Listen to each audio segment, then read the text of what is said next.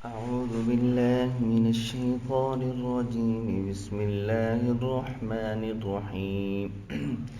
زين للناس حب الشهوات من النساء والبنين والقناطير المقنطرة من الذهب والفضة والخيل المسومة والأنعام والحرث ذلك متاع الحياة الدنيا والله عنده حسن المآب.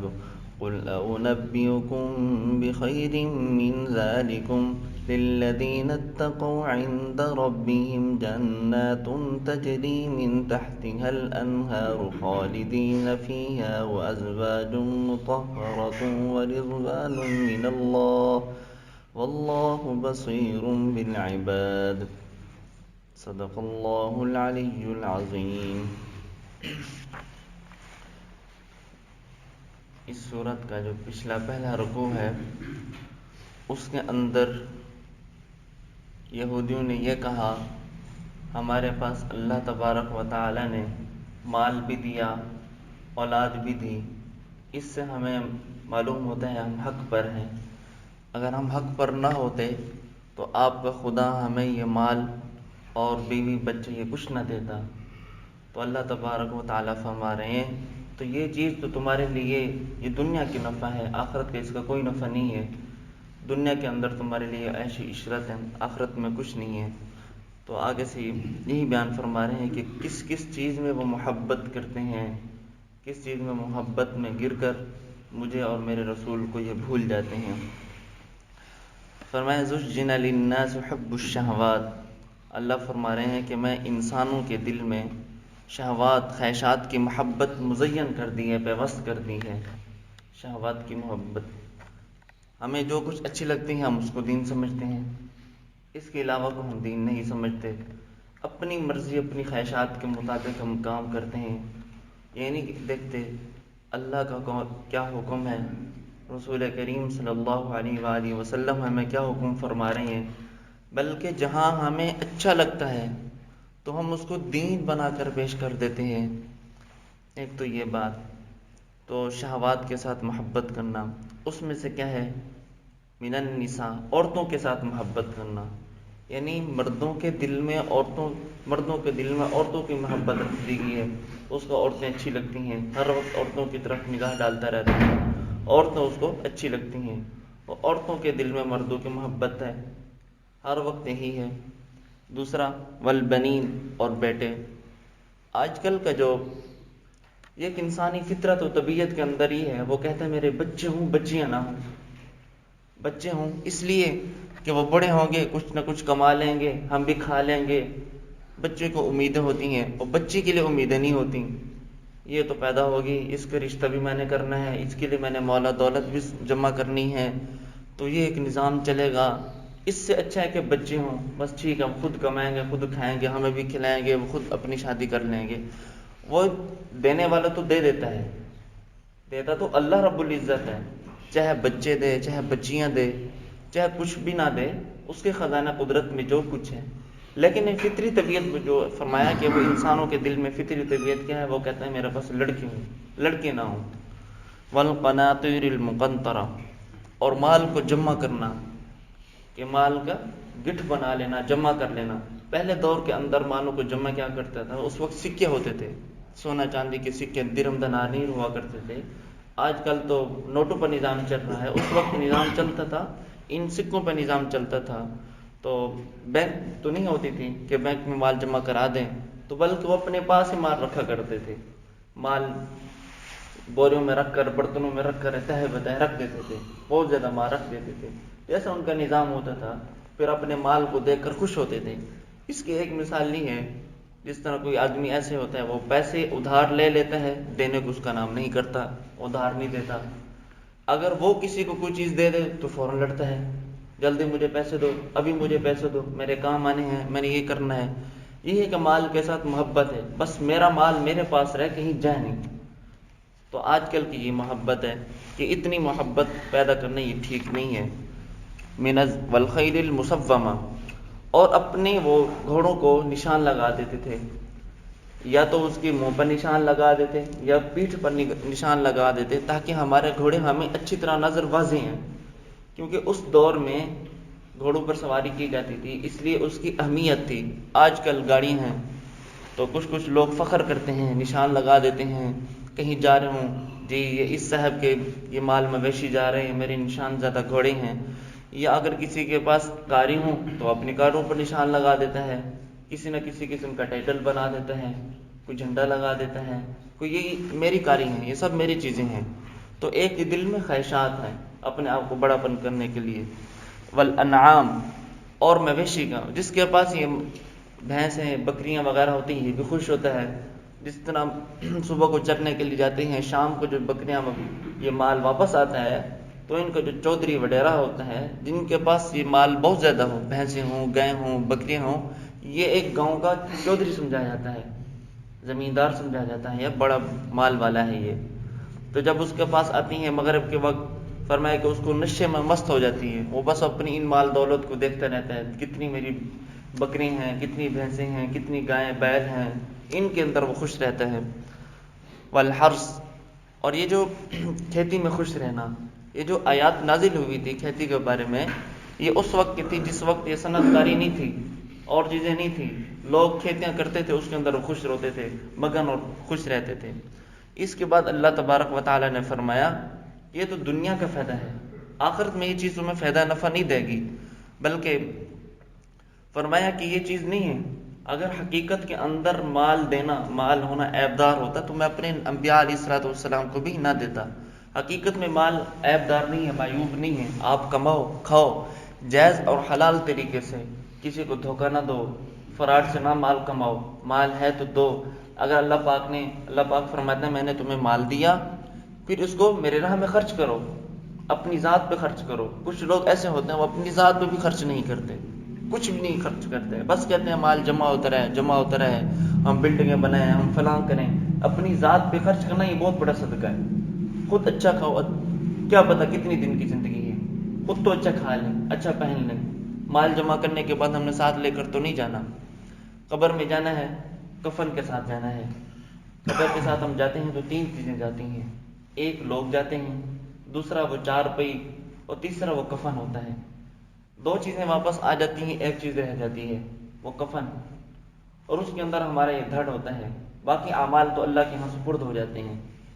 تو ہم کس چیز کے ساتھ بھی نہیں جاتے، خالی جاتے ہیں۔ ایک چیز یہ ہے کہ ہم جو بھی کمائیں اچھے اور حلال طریقے سے کمائیں۔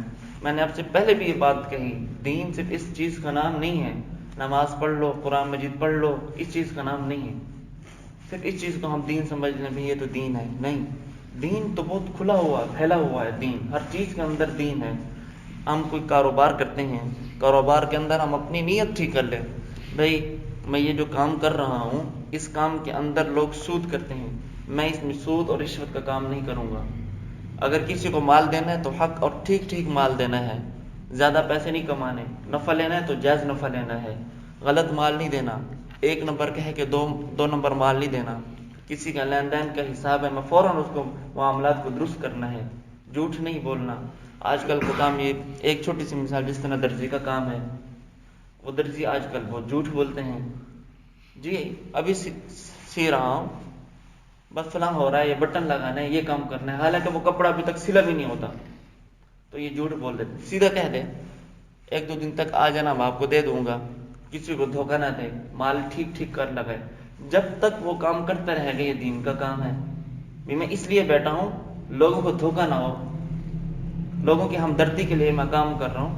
میری پرچون کی دکان ہے، اس کے اندر میں مال ٹھیک لے کر آؤں گا، 1 نمبر لے کر آؤں گا، 1 نمبر ہی دوں گا۔ اگر جو گھٹیا مال ہوگا میں کہہ دوں گا بھائی یہ مال اچھا نہیں ہے، یہ اس سے ہلکا والا مال ہے، یہ مال اس سے بھی ہلکا ہے، اس کے اندر یہ عیب ہے، لوگوں کو ہم بتا دیں بھائی میں نے آپ سے کوئی چیز لی ہے۔ اور دوسری بات، بندہ کوئی چیز لے جاتا ہے، آج کل ہم دکانوں میں لکھ دیتے ہیں لیا ہوا مال واپس نہیں ہوگا، بلکہ ہمیں واپس لینا چاہیے۔